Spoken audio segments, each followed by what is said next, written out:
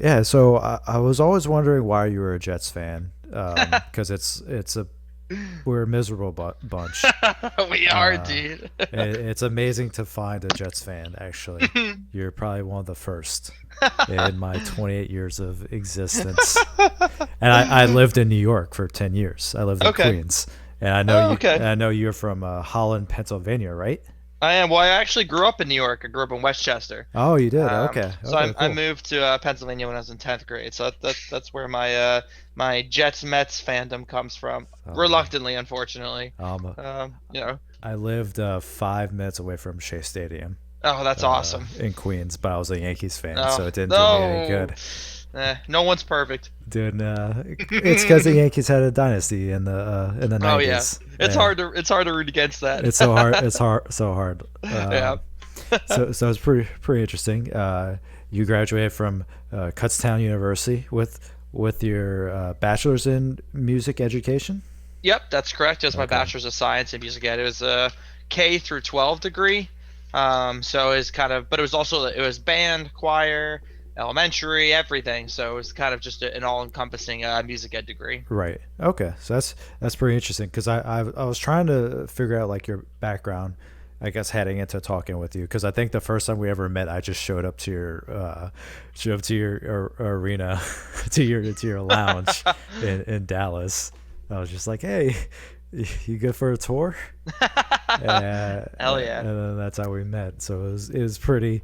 I guess I guess it's pretty interesting. Not formal at all. Hey, that's the esports world though. No complaints, you know. I know you just show up out the sky and then That's it. hope something works out for you, right? That's it. That's it. So yeah, so it's pretty interesting in terms of how you were able to go from I guess where you were Kutztown University. I believe you had done some League of Legends work hmm prior to joining UT Dallas. So I guess kind of explain like how that whole timeline went for you.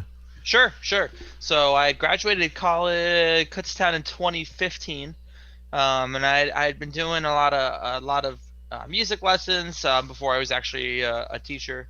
But on the side, I had been really heavily involved with an amateur League of Legends league. So I was actually the commissioner of like a 10-team league. But the league actually started through my fraternity. So everyone that did the league was part of my music fraternity, Phi Mu Alpha. So I got my kind of introduction into there. I did, we had like a weekly matches, but we also had money that we donated to charity. Like we've donated over like $5,000 to charity through this fraternity-based League of Legends league. And so that's where I kind of got my first introduction into like tournament organizing and in the esports world. And then from there, I'd actually had a cool opportunity to get to right when New York Excelsior had started. I had actually had a cool opportunity. I was actually one of their mods on their subreddit. And it wasn't much, obviously just deleting posts where it was. But the cool part was I got to kind of see what the innards of an esports org look like. And that's when I was kind of like, I think I could do this. I think this is, there's some things I think they're not doing as well. I could do better. But, obviously I learned.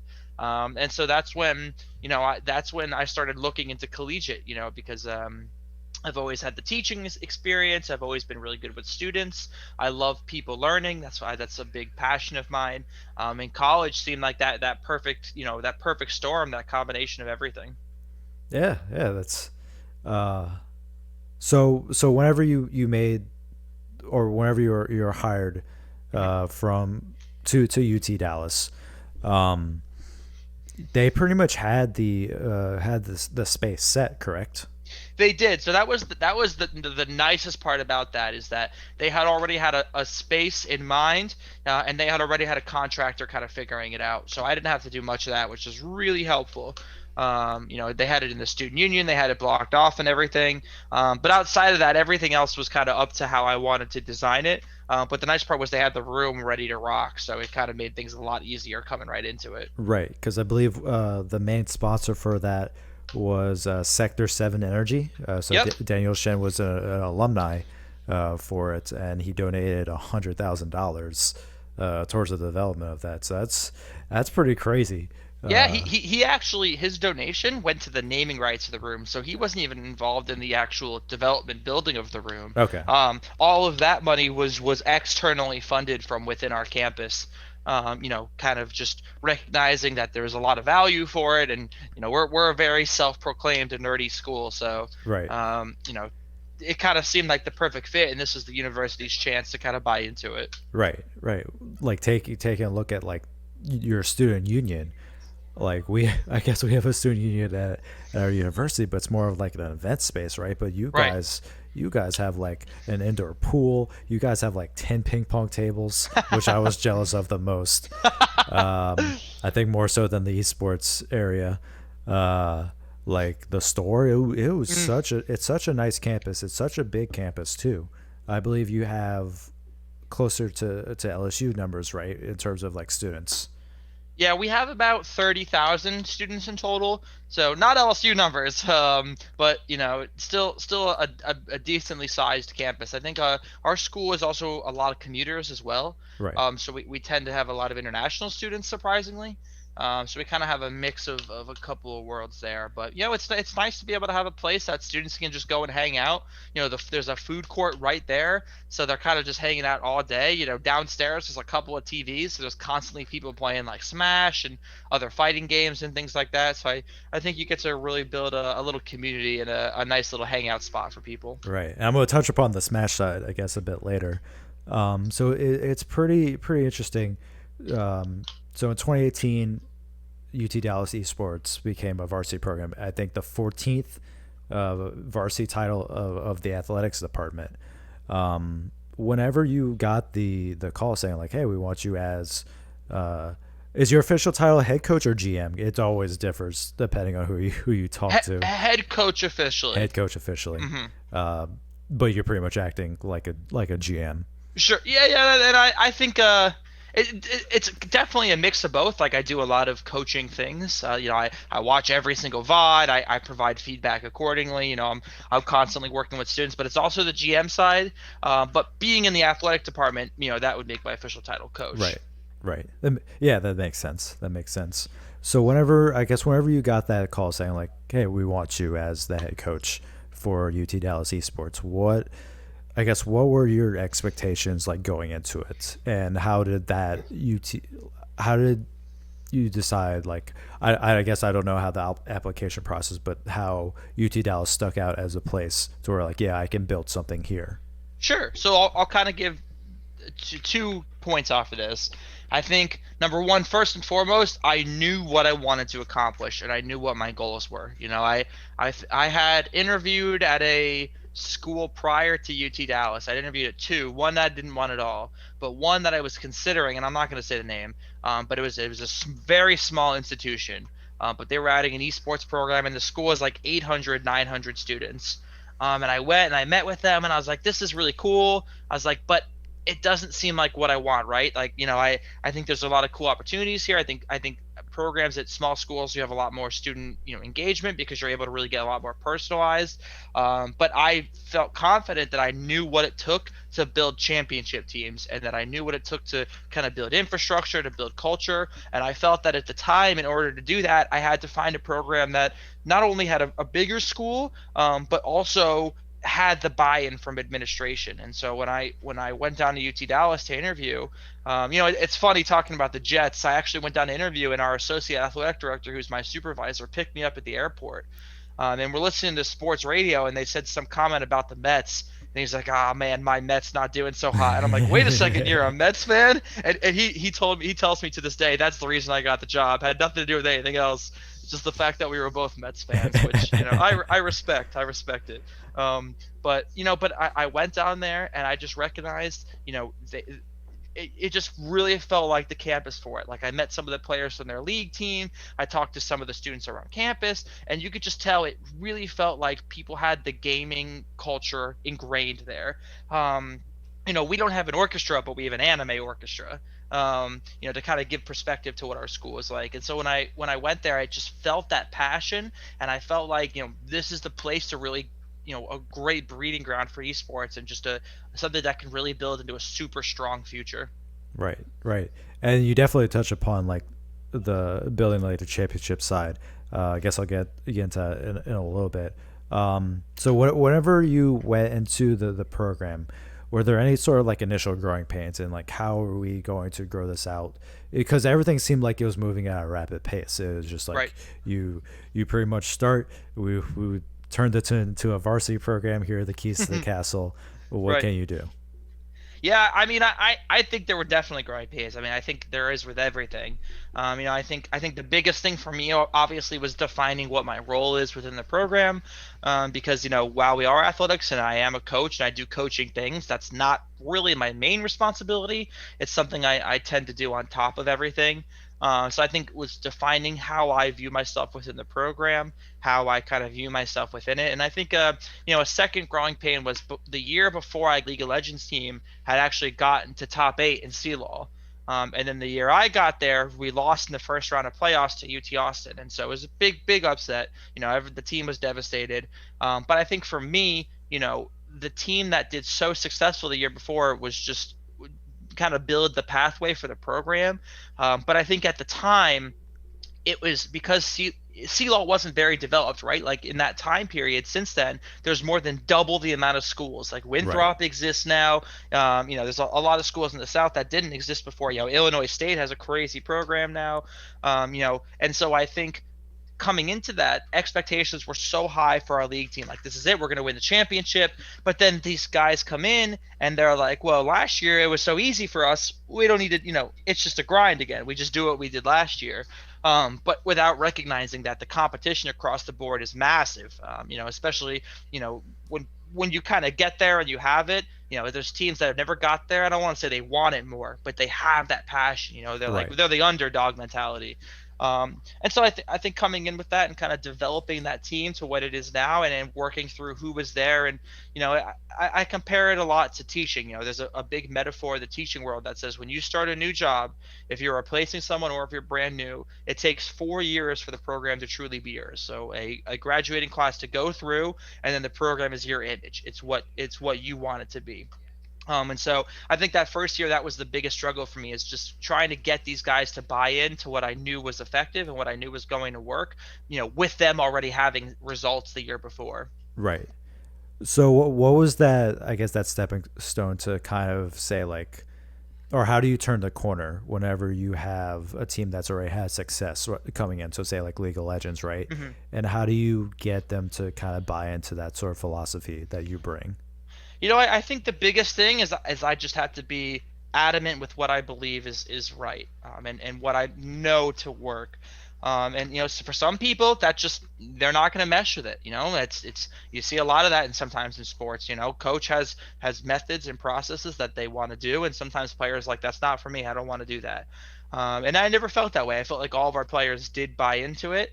But I knew I just had to keep being very persistent. I could not let up on what I knew I wanted to do. When there were times I'm like, screw it, I'm just going to let them do what they want to do in this situation. I was like, no, I know I need to be adamant. I need to be firm.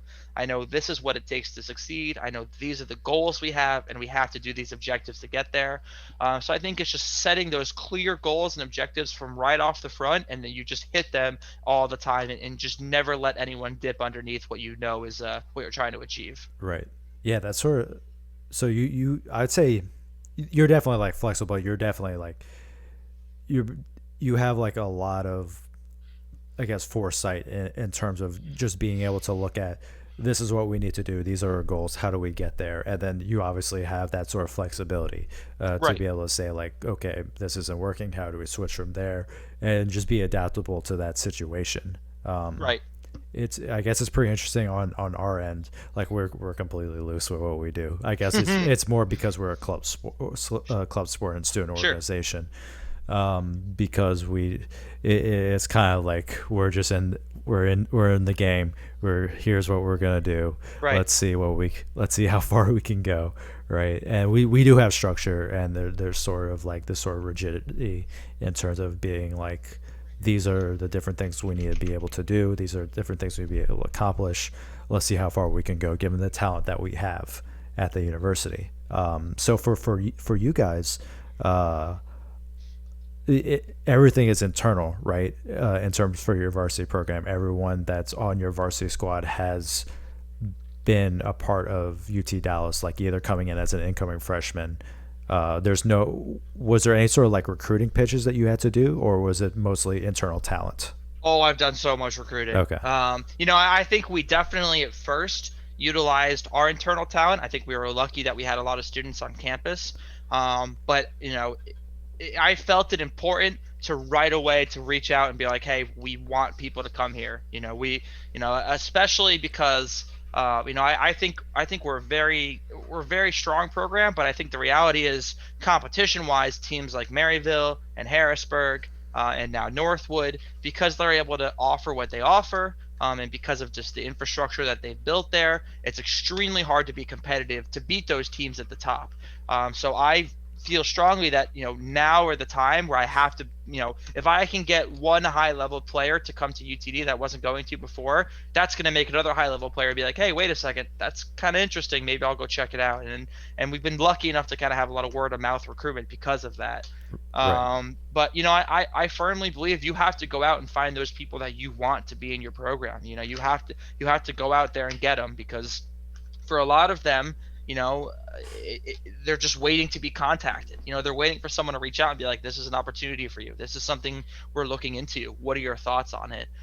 So definitely internal at first, but have been really making a heavy push to recruitment to kind of build that roster that I know is going to kind of lead us to success. Right.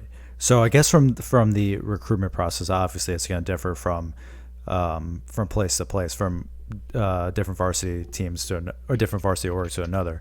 But how do you go about saying that this is what we've done, these are all the successes that we've had, and try to use that as a pitch to who you reach out? Do you reach out just exclusively like North America, or do you go like further than that, because you do have an international presence on campus? I do, to be honest with you, I really put a lot of my attention into Texas. Because to be upfront, we do offer scholarships, but they're nothing significant. It's nothing life changing. It's obviously very nice to have, but it's nothing that is going to convince someone from New York to come down to Texas just to play Overwatch. So I do a lot of my focus in the state of Texas, knowing that we're an in-state tuition or in-state institute, and that helps a lot. But I also do look international. We have a sister school in China. That we actually have pretty good relationship with, that we've actually had one of our students who just graduated was on the old league team, came from China. So we do have international relations, but really I put a lot of my focus into Texas base. Texas is such a massive state. Right. It's like, I mean, there's just so many people in that state, and they're all looking for school to an extent, and just to be able to kind of use that as a starting point has been really, really kind of beneficial and successful. Right. I was looking into like why Louisiana is the way it is. I guess I'll leave that open ended for those listening to this. But it's interesting because in, I believe, like 2007 to 2017, there was like a brain drain where kids like, or I shouldn't say kids, but people like 18 to 26, I believe, just left the state at like an alarming rate, and the destination was Texas. Texas has been like such a Yeah. big destination spot, I guess, for wanting to move because of the opportunity there. And Right. like for Louisiana, you literally take 3 hours from where I'm at. You're in Houston, so it's pretty interesting just to see that sort of like dynamic play out in that sort of area.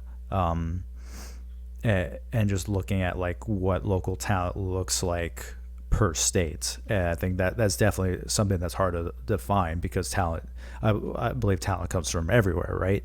Yeah. So Agreed. it's really interesting whenever you have like some logistical issues like in-state tuition, for example, and how are you able to find like what your talent looks like, what your talent pool looks like, and Right. it especially since how new all this is with varsity esports for the collegiate side. It's so interesting just to see how that sort of discovery process plays out. Yeah, and I think one advantage that I often don't talk about a lot, which is a big advantage, is that Dallas is kind of like the second hub for esports Right. right behind LA. We have the Arlington Esports Stadium right there. We have Complexity, we have Fuel, we have Envy, we have, so many professional orgs in the area, but we also have like a lot of developers down there. So I think it's a pretty big hub, and I think the nice part about that is there's a lot of in-person, well, was a lot of in-person events. Yeah. Hopefully we'll be back to that one day. But and I think that's a really big sell, because like, I think obviously Maryville is able to be successful on these national stages and have really big success there, but I don't think they do a lot of traveling. I don't think there's a lot of localized events. You don't necessarily see like Maryville versus this, locally based team, which is no diss on Maryville at all. I love their program. I think Clerky is doing a phenomenal job over there. But I think that's one big thing in the Texas area, that you're always seeing UNT versus UTD versus UT Arlington versus UT Austin. Every single week is one of those matches in every single game. And I think that you kind of supports the rivalry. You kind of get the attention there. You get a lot of local events like Dylan Wright at UNT has hosted events that all of our teams have gone to. And so I think that creates a lot more of a community. You kind of recognize where the competition is. You're able to kind of travel more, and I think that makes it a lot more appealing for students looking for chances like that. Right. Definitely. Definitely. Yeah, especially on the competition side in your area, because you have like UT Arlington, and then you have you guys, and then UNT, that, and then Texas Wesleyan, that come Hmm. to mind of just like that sort of core competition in that area, and it's kind of crazy because what's good for one is good for all, right? Right. In that sort of area. So the competition is insane. Like you right now, you have four official varsity teams with League of Legends, Overwatch, Smash Brothers, and recently added Rocket League. Hmm. And this is your first, I guess, semester. Is it semester or split? How they do it for CRL? I think it's. Uh, I guess it's the same thing. Whenever, I, whenever you think about it, terminology. Yeah. terminology. So this is your first time in CRL Hmm. in the top 60 in the West, which is they do it. It's a bit interesting that they do it the entirety of the western side of the United States. Right. Everything, I guess, everything west of the Mississippi, Yep. and instead of the four division area that I guess they started with. Um, it, Yeah. Yeah. it's a brutal process to qualify too. It is. Uh, It is. And I think they obviously CRL obviously aligns with the highest competitive teams in the nation, right. which is not a bad thing. I think it gets the most attention. But man, just the love and support they give to the community, and just I mean, these matches. I mean, last week we're playing against UNT in front of 30,000 Twitch viewers. Right. And to my administration, they're like, "Holy crap!" Right. I don't think any of our sports have ever had more than 30,000 people attend a match in a year, let alone in one singular match. And so I think that they do a great job of just highlighting matches. The production is fantastic. And I think they've kind of done a good job of saying, like, this is what we want, this is what our league is, and this is how we want it to be effective. And I think it's really just taken off phenomenally. Right. I remember, I guess long ago, whenever I started. So our the thing that pushed our organization towards like administration spotlight at our university was Rocket League, because they made top 8 in the South whenever it That's was right. the four division split, and they just emailed the president of the university straight up, and they were just like, hey, let's Check start this let's out. start an esports Right. organization. And he's like, you guys used our official logo, and like Oh no. that was, I guess that was the first question, and they had to ask, and then next, well, did you win? Did you qualify? And I said, yes. Okay, good job. We'll focus on that. Right. And it kind of just snowballed from there. But it was interesting to see, like, whenever we had that top 8 presence in the South, to see like some of our matches play on stream, Right. and just the amount of development that Rocket League channel has gone through, or the development that Rocket League Esports has gone through in the past 2 years is simply like amazing, to Yeah. where you can have that sort of like large broadcast. Like, I think we had about 10 to in between 10 to 20 for ours, Right. but it's still amazing to think of like your university is represented in a different scale that has not been done in through like your athletics, right? Exactly. Um, Exactly. so it's pretty interesting to see. It's pretty interesting to see how that's going to grow in the future. Yeah, and I think I think the thing about it that I enjoy the most, I think it's CRL is obviously phenomenal and we really enjoy it a lot. I think the thing that I like the most is that by them being successful, I think it's showing a lot of signs to these other organizations that are like, why are they getting 30,000 people watching their streams? How are they getting this much attention? Right. What are we doing wrong? And I think it kind of ups the value for everybody now. Everybody wants to have what they have. And so I think it just makes the whole industry better. And it's kind of exciting to think about what, C-Law and Overwatch and all these games can be like in like 2 to 3 years. Right, definitely. Especially since Rocket League went free to play with Epic. With obviously they're part of Epic. I don't know what I'm gonna say. I probably edit that part out. Uh, but no, but it's interesting to see that that in game client. I'm a gold 3 now. Gold 3 in Rocket Hey, League. let's go. Just trying to fight for that varsity scholarship. Trying to come back. He's climbing. I'm climbing slowly. So but on their client you can see like esports live, and you click on it, you're like, oh my god, what's going on here? Why are these colleges competing? So it's pretty interesting to see like that user base like grow, and to see like if there's any sort of like correlation with like how many eyes you can get on that product because of that.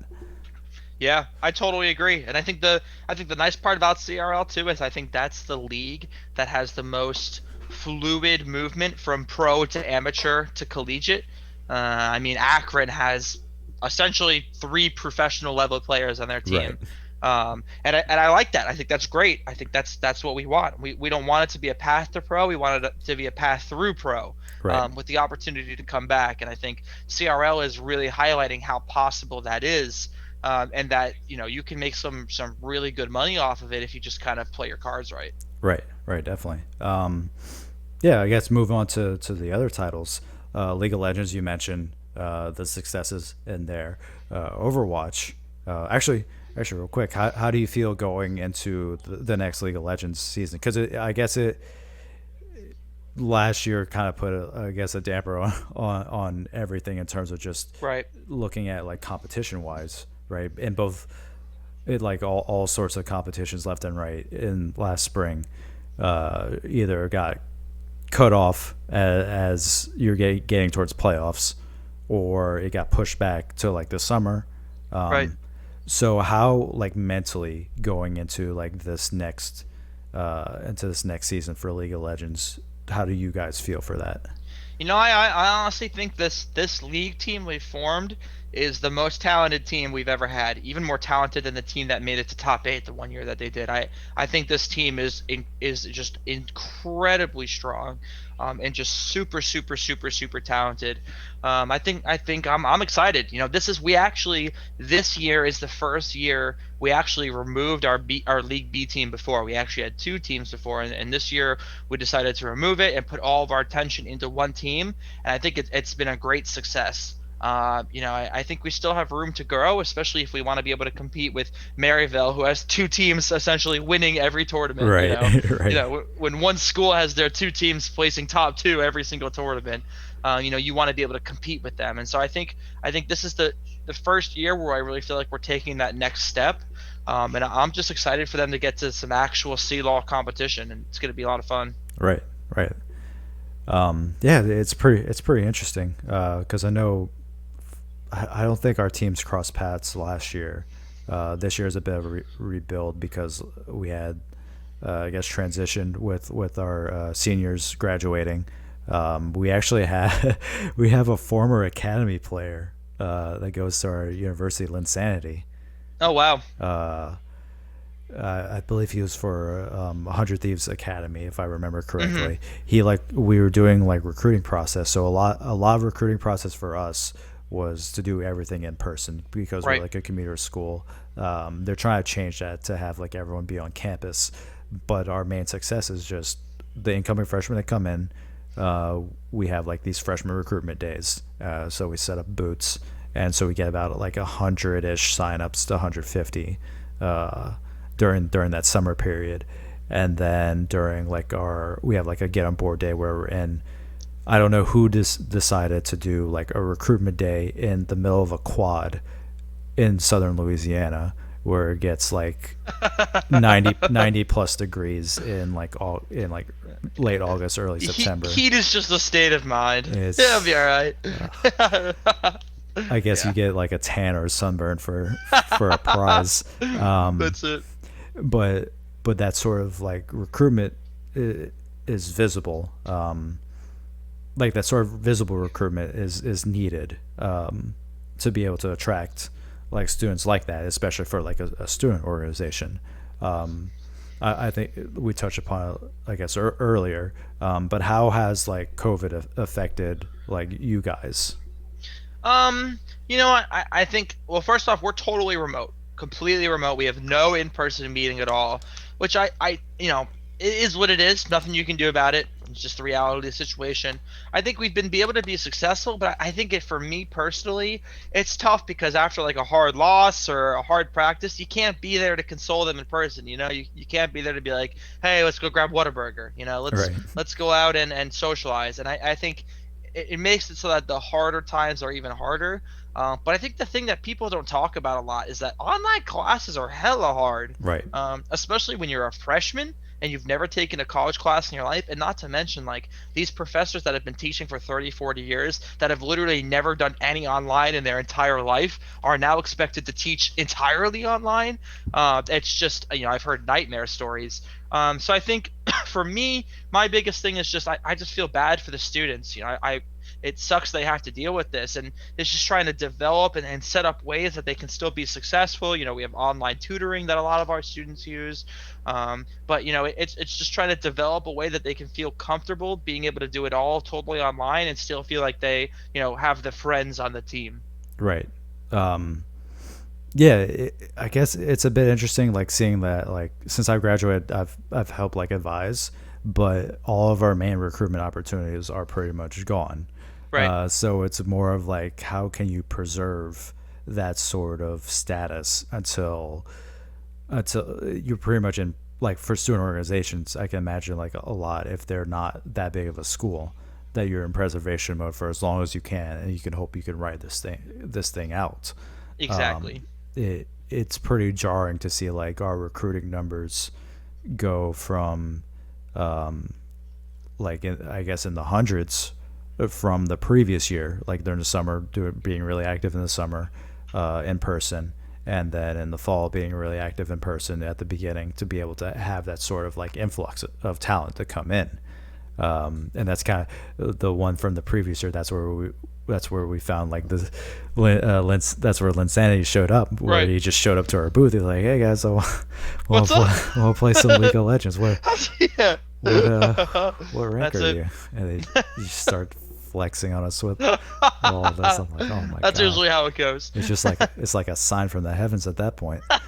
Um, so it's pretty interesting to see that sort of transition, and it's just making sure that you keep strong, I guess, with whatever Yeah. you can, and just try to preserve whatever you have. So I guess going forward now, Overwatch. So your Overwatch, your top 5 seed heading into the championships last summer. Hmm. So the COVID season delayed it.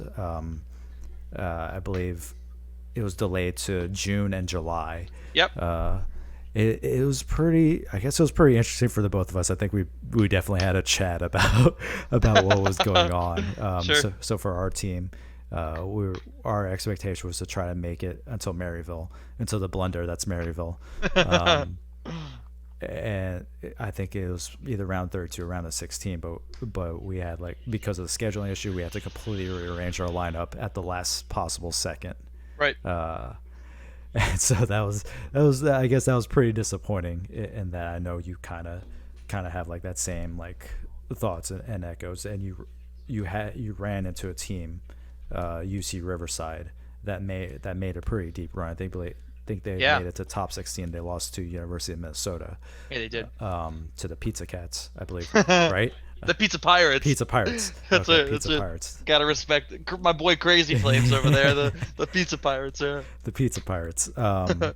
So going into this next season, right? How do you take that? Well, I guess you're also in the varsity.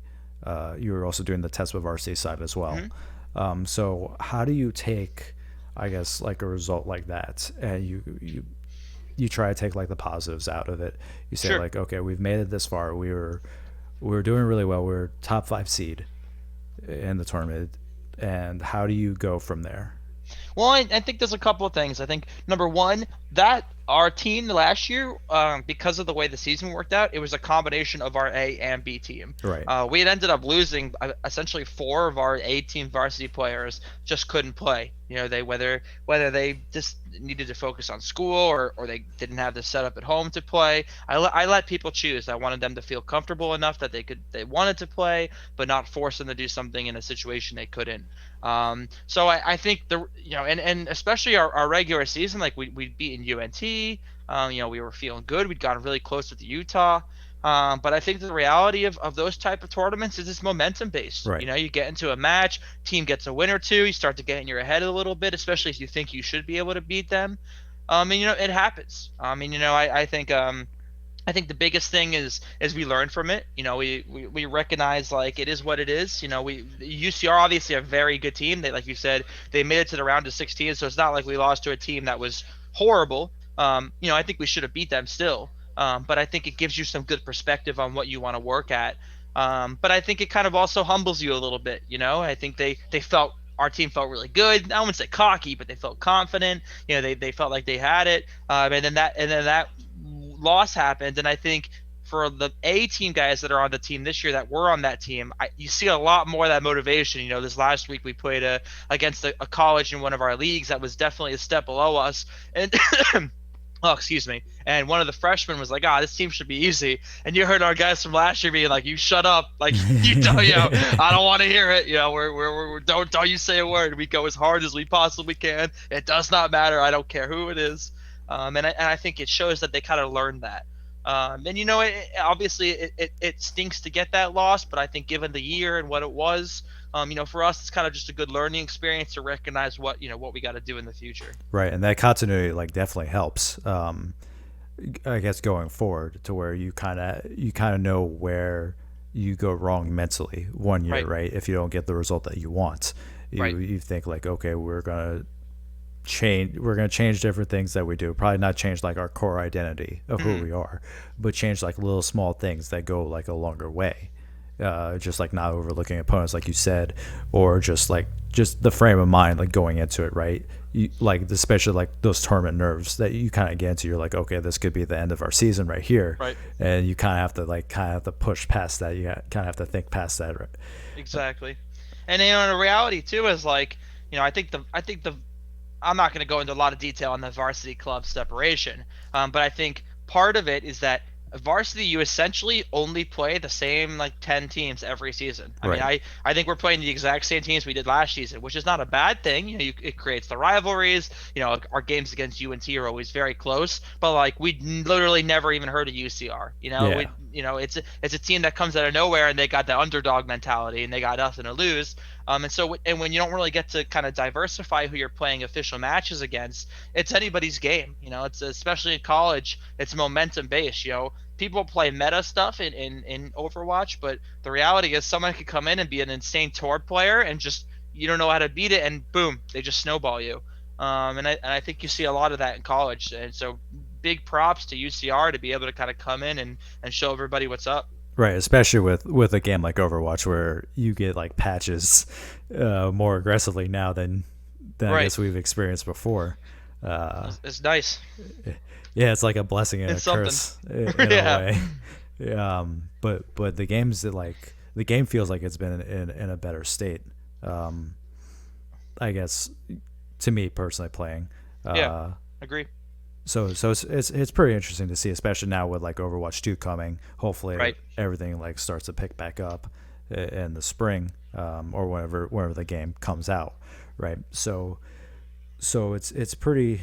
I guess it's pretty interesting. I guess it's pretty interesting to see. I guess you know what the last team is. The one that we have cross paths in We have. before. Um, it's kind of unfortunate because with Smash Brothers Ultimate, the season completely got cut short. It Right. completely they just Just yeah. it was just done, right? Right. It's like we might as well just never have traveled. Yeah. and Unfortunately. Yeah. in that way. I was really considering going, but I had like I think I had my dissertation defense shortly after, so I was like, it kind of sucked. I was kind of hoping that we'd make top two, then I would fly out to like the next round, and like if we made Right. it to Shine. But that didn't happen. That didn't happen at all. But you guys are the 2019 Collegiate StarLeague national champions. Um, I do have the year right, 2019. Yeah, 2018 to Yeah, 2019 because it 2018 was to 2019. because they did the full year. Yeah, Yeah, because Ultimate just came out in December, so they right, did it from that spring semester into the next fall semester. right, right. Yeah, so I guess you guys are technically the defending champions. You've never lost. Right. You never lost. Yeah. We were hoping to do the repeat, but I technically I guess we're still defending by You're the still rules. holding. You're still holding Right. on to it. Right. So it's pretty interesting because Dallas and Fort Worth is a pretty deep Smash area, in terms of just the amount of talent that's there. You even have like Esports Stadium Arlington. I know Rob's doing a good job Oh yeah. over there. Man was super good at Project M. They had a Yeah. phenomenal Rob.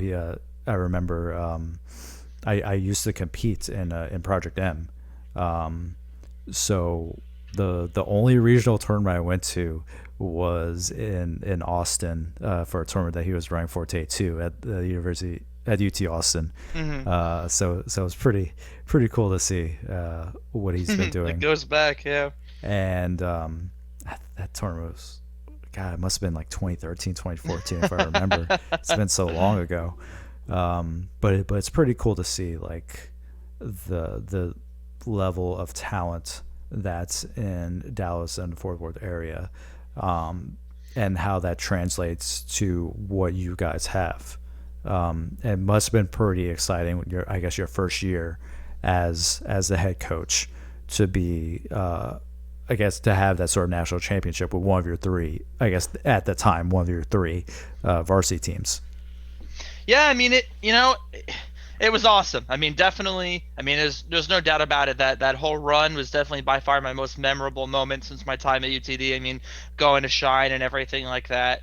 I think the biggest thing is when originally I thought it was a good idea to add the Smash team. I'd just been talking to people, kind of been getting a vibe around campus, and like I talked to a couple of people, and I still remember this. I talked to one player who I knew was going to be on our team, and I was kind of getting into details. And he's like, "Oh yeah, we have this guy named Oryx who's on our campus. We have this guy named Balance who's on our campus." And like at the time, Oryx was like number 8 in Texas. Balance is the number 1 Wii Fit trainer player in Texas.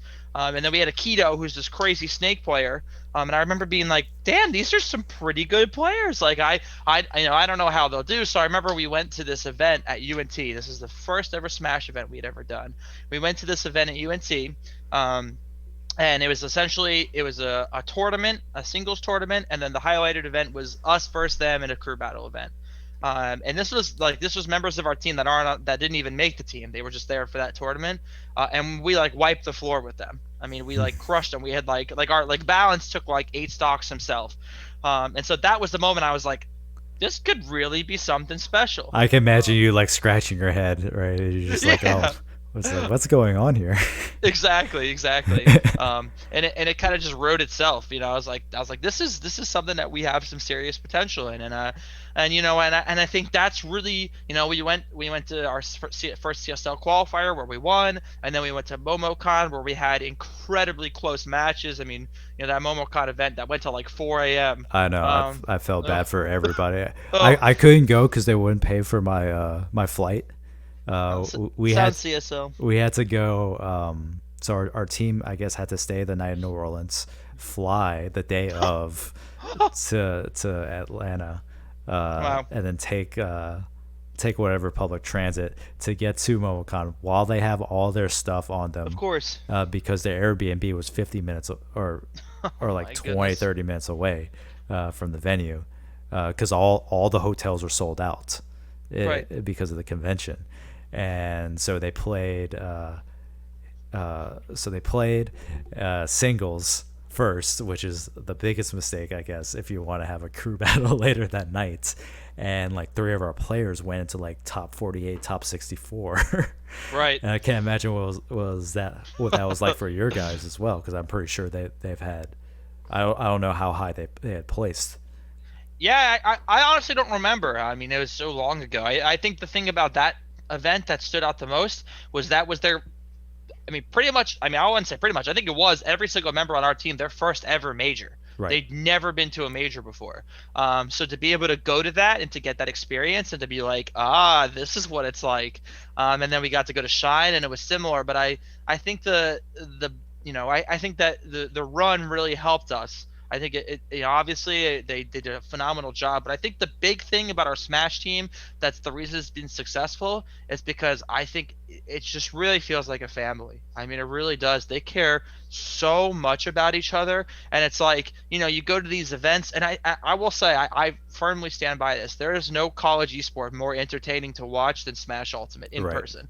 Rocket League may be a close second, but Smash Ultimate with your team right behind you and the hype. I mean, to give them shout outs, like UT Arlington will win matches solely by getting in your head. They're right. I mean, they just are so effective at that. They almost brought it back too, that tournament, They against did. Austin. That's It was right. like a That's one right. stock Yeah, down to the difference. Pokemon trainer player with Davey.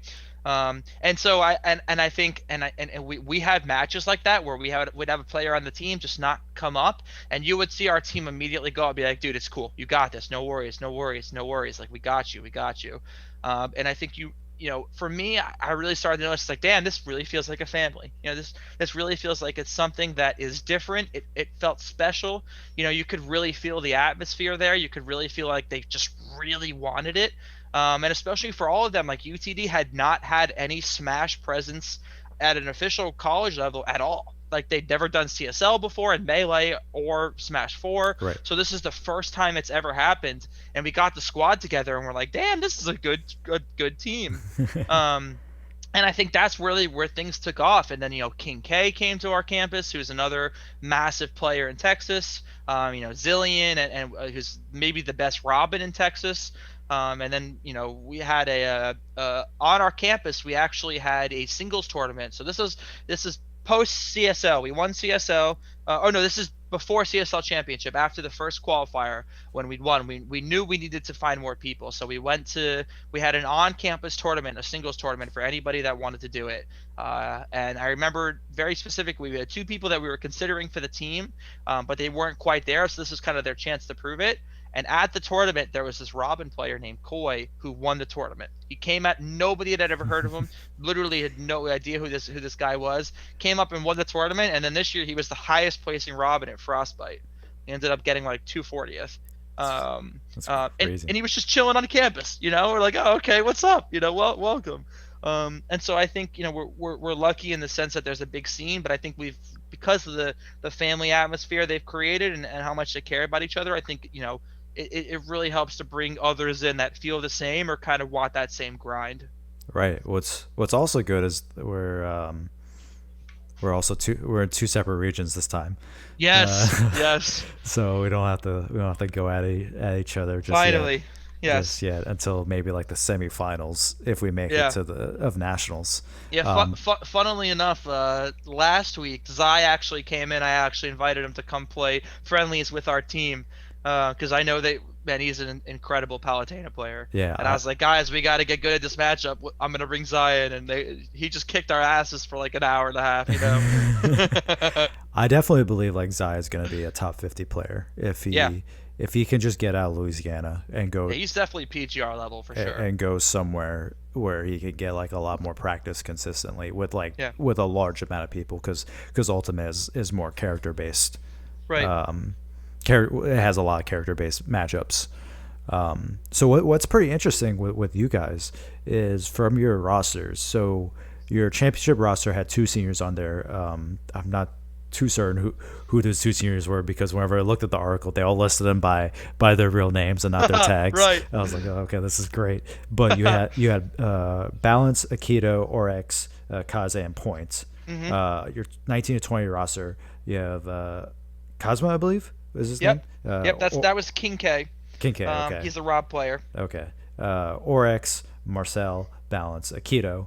Uh, and then 2021, you have Balance, Aikido, Koi, Kincaid, Marcel, Fox, Zillion, Yep. Otto, and Desley.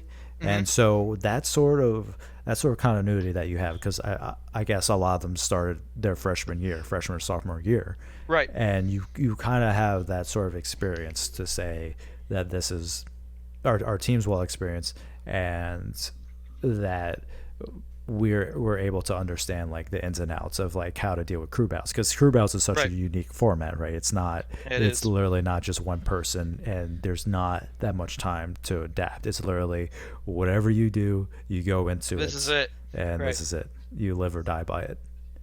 Yeah, I mean that's really how it is. And I think honestly this year, so this before this year we would always had 7 members on our team. This is the first year of year we have 10, and we're actually splitting into 2 teams. So we're not just going to have one team doing CSL. We're having 2 teams do CSL now, with the way the qualifiers are set up and stuff like that. And we're also doing NACE as well. And the funny part is, like, I mean, our teams have been doing NACE. I mean, we have yet to have a single crew battle in NACE where it didn't take one of our people to take down all 5 of them. Yeah. So like we recognize that the level of talent that we have. But I think off of that, talking about the people that graduated, someone that was in our program, Oryx, phenomenal peach player. But he was just someone that I attribute a lot of our success to because he had that I don't care who it is, I don't care where it is, I'm going in, I'm gonna kick butt.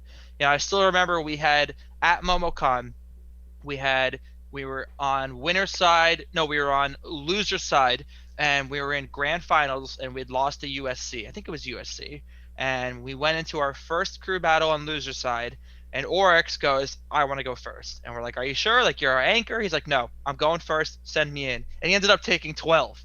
And we were like, oh, and at that point, everyone is super pumped. Everyone's, and I think he really kind of set that bar of being like, guys, you can't be scared. Doesn't matter who it is. Doesn't matter what character they play. You go out there and you just give it. You just go for it. And I think that really set the tone. Everyone since then has kind of been like, very modeled off of that. Everyone kind of recognizes like it doesn't matter who, it doesn't matter where, we're going to go at it.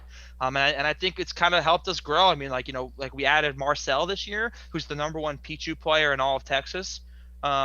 Just a phenomenal player. And we added, like I said, Zillion, who's the #1 Robin in Texas. So I think because of our success and because of that culture, we've been able to add some people in now that I really feel like we have a chance to have the #1 and 2 team in the nation. I think it's hard to tell how these Northeast teams and stuff are doing. You don't really know. But based on how it's going, it's exciting to think that we have the level of talent to be able to kind of put up 2 possible championship making rosters, and it's just a lot of excitement. Right. I guess we learned a lot from CSL last semester, right? Because we originally had 2 split teams, but it's a bit weird because CSL is a complete year-round Right. thing, right? So whatever rosters you make at the beginning, 6 months from then, your dynamic could change Yes. drastically. So it's kind of a weird thing. Like we've had 2 teams qualify for that CSL regional at UT Dallas, and I think that kind of hurt us because if we had to make any sort of substitutions, which we had to for our A team, then and then you can see like that talent that's rising for the B team. You can't really upgrade them. Exactly. You can't really Exactly. promote them Right. in case like an Right. emergency happens. So it's pretty interesting. So we decided to consolidate everything into our A team, and we're messing around with lineups for now because we don't. It's the season's so weird because Oh yeah. there's literally 2 qualifiers this month or this semester, and Right. then another 2 the next semester, and then Right. you go into the regionals, and then you go into nationals, That's it. and it's so weird because you can't tell like who's gonna step up to that Right. aspect. So it's pretty cool to how I guess you're basically like hedging your bets. You have enough talent to be able to Right. hedge your bets with these 2 different teams. Yeah, and I think you truly don't know the level of competition, right? Like I think I think we put a lot of work in and we were super prepared. But the reality is, I think something that helped us is nobody knew who we were. Nobody knew any of our students, nobody knew any of our level. So we're coming into this event and people are sleeping on us. I still remember at Shine, they had the CSL staff all choose winners, and not a single person chose us. Right. And now Max Ketchum, who's one of my good friends who ran CSL last year, every time I see him talk, he's like, dude, UTD's the place for Smash. UTD's the way, And it's funny how it's transitioned from where it was. But now I wouldn't say we have a target on our back, but people want to beat us, right? I talk a lot of crap when it comes to Smash. I'm very cocky when it comes to it, just because I know how they are, and I want to get them to have that energy. But now people are out gunning to beat us, right? So any matches that we lose now, especially if we're split into 2 teams, any matches that we lose, it shows that we still have work to do.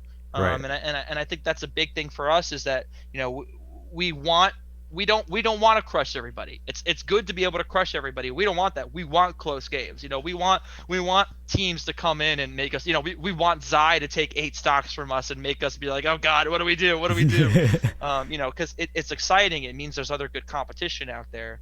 And so I think we're trying to really up the collegiate Smash scene and to kind of give it some nice attention, so hopefully more and more programs buy in and recognize the value of it. What I was saying is it's pretty interesting for like our Smash team. I think this is probably our last year because of I guess who's graduating in terms of like Right. the teams that we have. So we're pretty much just I guess flying under the radar, right? And I feel like that's kind of how it is for Louisiana. Whenever you look at like different Louisiana teams, unless you have like definitive results, it's easy to like kind of fly by until a big moment happens. Right. So we're trying to figure out different lamps, and we're trying to just develop in the next 6 months because we got second. For this one, Florida Atlantic is a pretty good team. Yeah. It's obvious like who the 2 front runners are because I don't know if they got DQ'd their first match, but Florida Atlantic's pretty much was in the first round of losers, and they just made a run through the entire bracket. So I don't know. Right. I don't know what happened. And we're just like, okay, whatever. Kind of just move on. There's time, like with the way like tournaments are, you kind of get those weird habits. Because you haven't been in like these sort of tournament situations, like at least in person at least, and so it's just trying to kind of develop from there.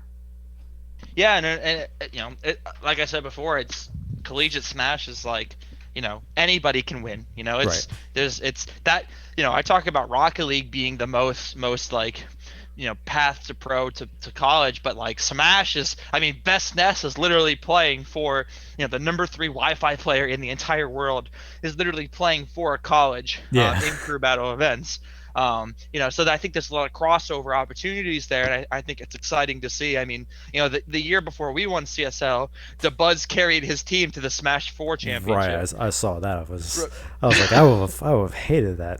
Yeah, but that's but it's exciting though, and like when we went to Frostbite, there was no crew battle event, but that was the first time we really got to send all of our players and be like, have fun, go Yeah. play the best of the best, do what you can, good luck, and they had a blast. They're money matching like pros, and I'm standing behind them and just cheering them on and stuff like that. And that atmosphere, and they're able to really take it to that next level. And that only helps them kind of get better within the collegiate space. Right. Definitely. Definitely. I know you have about 10ish minutes left uh, before you have to head out. Hmm. So I guess in terms of your plans, so this is a bit of an odd year to say. It's I guess that might be of an understatement. Um, what would your plans be for the future of UT Dallas going into, I guess let's go 2 to 3 years from now? Well, I think we really want to develop our talent more. Honestly, as cheesy as it is, championships. I think we feel like we're really moving in that right direction. I think we're right now, to be honest, I think we're a step down from the Maryville and Harrisburg situations. I don't think it's a large step. Like, I think it's very doable. I think we just have to keep bringing in the right people. So I think that's the first thing. But I think the second thing is I think we want to be the model of what a complete program can be like. So not only do we have competitive teams, but we have a really great community. We do a lot of education. We do a lot of research. I've been doing some curriculum writing for some from esports into academics. So I really want us to be a program that people can be like, damn, that's a well-rounded program. They have a lot going on over there. I can tell they're successful, and it's not just their competitive teams. They just have a really solid foundation. And I think that's the goal. We want to be very well-rounded, and we want to be a model of what successful programs can be like. Right, right. Something that definitely like clicked in terms of development was seeing how you guys had that event with the buzz Right. on stream. So it shows that you definitely like you know exactly you have that this specific vision. Like, how are we going to tackle different facets of this industry, of collegiate esports, and how do you kind of go from there? So it's pretty interesting, and you have like some talented people working along you. I see Eric post like all the time on Oh social yeah. media. I saw his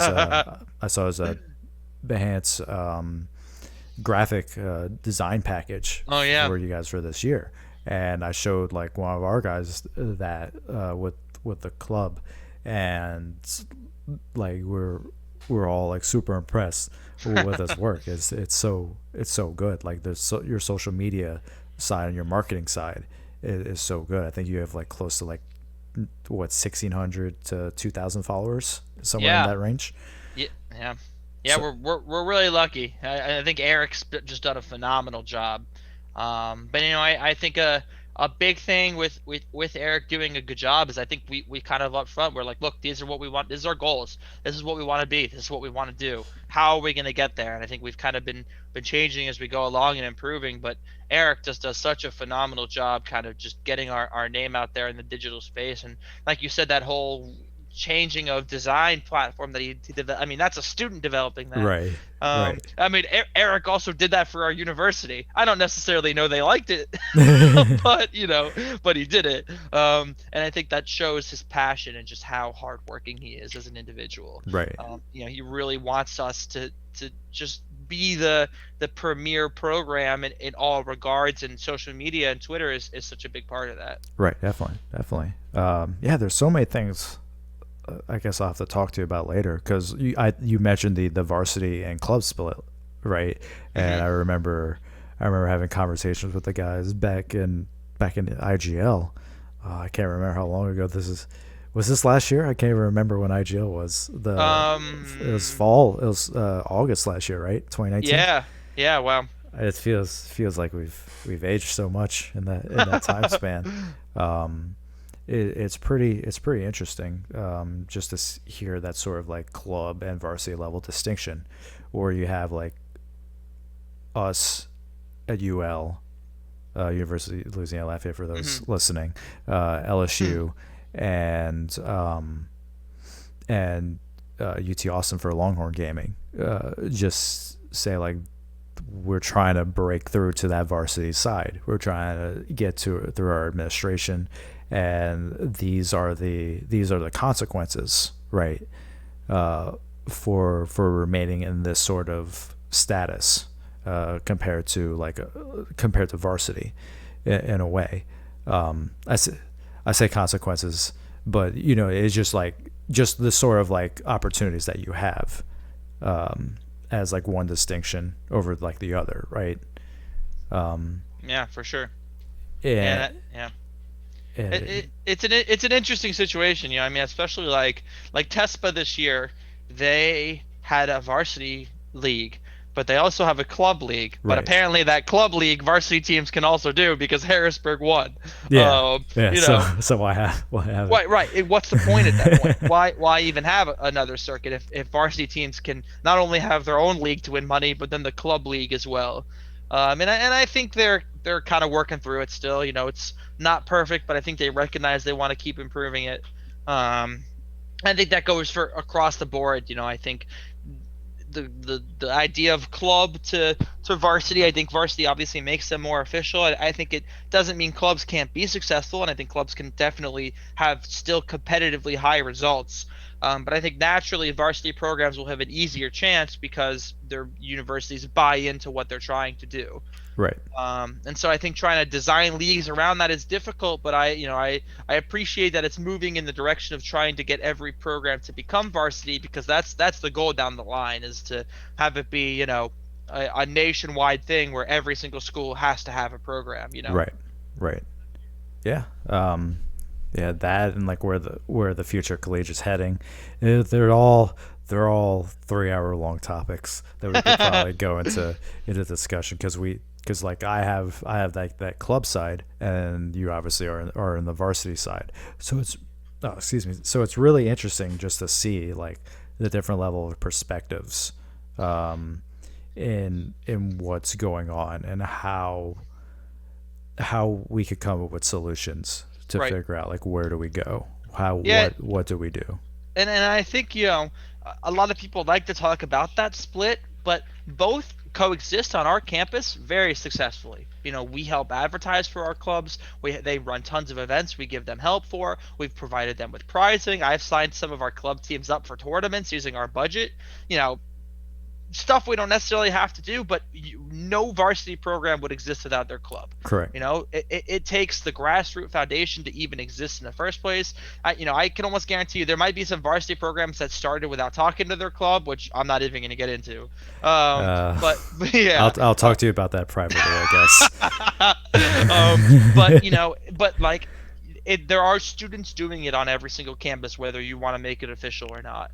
And so we recognize that, and we want to support that, because the reality is we have our competitive teams, and we do our community events, we have our stuff, but the reality is we're the top 1%. That's our biggest focus, is trying to win. We definitely have cultivated a good community, but we want our community to be for the students, by the students. We want them to feel like it's theirs, that they can do what they want, whatever events they want to do, whatever ideas they have. We just want to support them. We don't want to limit them. We don't want people to look at it us versus them. We're all trying to accomplish the same thing, which is to provide great opportunities for our students through gaming and esports. Right, right. Well, that's a good soundbite to leave off on.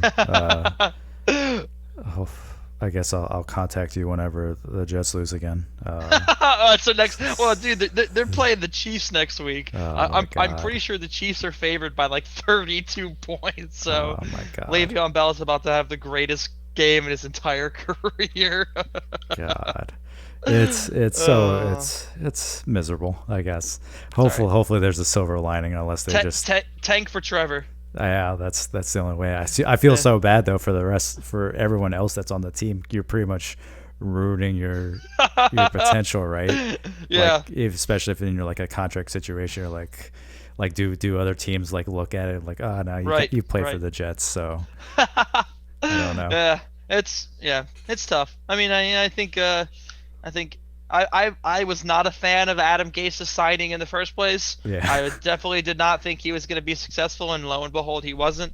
And I think it just takes time. And a lot of people are like, a lot of my friends are like, oh, Jets have a lot more problems than quarterback. That's not going to fix their problems. I'm like, true, it's not. It's going to help, but I mean, you look at teams like the Browns, you look at teams like the Cardinals, like the Bears. Like a couple of years ago, they were not very good. But it's taken them like 2 to 3 years, and now they're like kicking butt. And so I think in a couple of years of some drafts, you find a coach that actually knows how to coach. you know, Yeah. and I think you kind of develop talent, and hopefully, I don't know. I don't have a lot of optimism when it comes to the Jets. I Yeah. think week after week, I mean, especially like after this past week, they scored 10 in the first half, and then they had 4 total yards in I the know second they half. have 4 yards the second half. 4 yards. What are you I doing? was looking at the stat sheet. I was just like, What? what's happening? like I mean, it's like a joke. I mean, it's like laughable how bad they are. Yeah. Um, but what are you gonna do? Yeah. It's What are you gonna do? sports. You support your team no matter what. Yep. You know, they Definitely. they shit the bed. They shit the bed. You just complain about it, but you still watch anyway. I know. I know. I know. But the Jets may be bad, but you know what's good? UT Dallas. UT Dallas is good. Go follow them on their social media. What are your Twitter handles? At UTD Esports. And then That's our yours. big one. And then mine is Greg Adler 7. Okay. Well, yeah, definitely. I pretty much only use Twitter, so. But if anyone ever wants to talk or have any questions or anything, definitely feel free to hit me up. Follow them on Twitter. Greg, thank you so much. I know you gotta head out right now. Ian, thank you, man. It was a lot of So fun. I always appreciate I it. always enjoyed these things, but I think we've always been good friends and have always had some great conversations. So Yeah, definitely. to be Till able to do next this is time. fun. Till next All time. right, dude. Let's talk later. Yeah, sounds good. All You have a right. good night, man. I'll talk to you You later. too. Catch you later. All right, bye, Ian. Bye.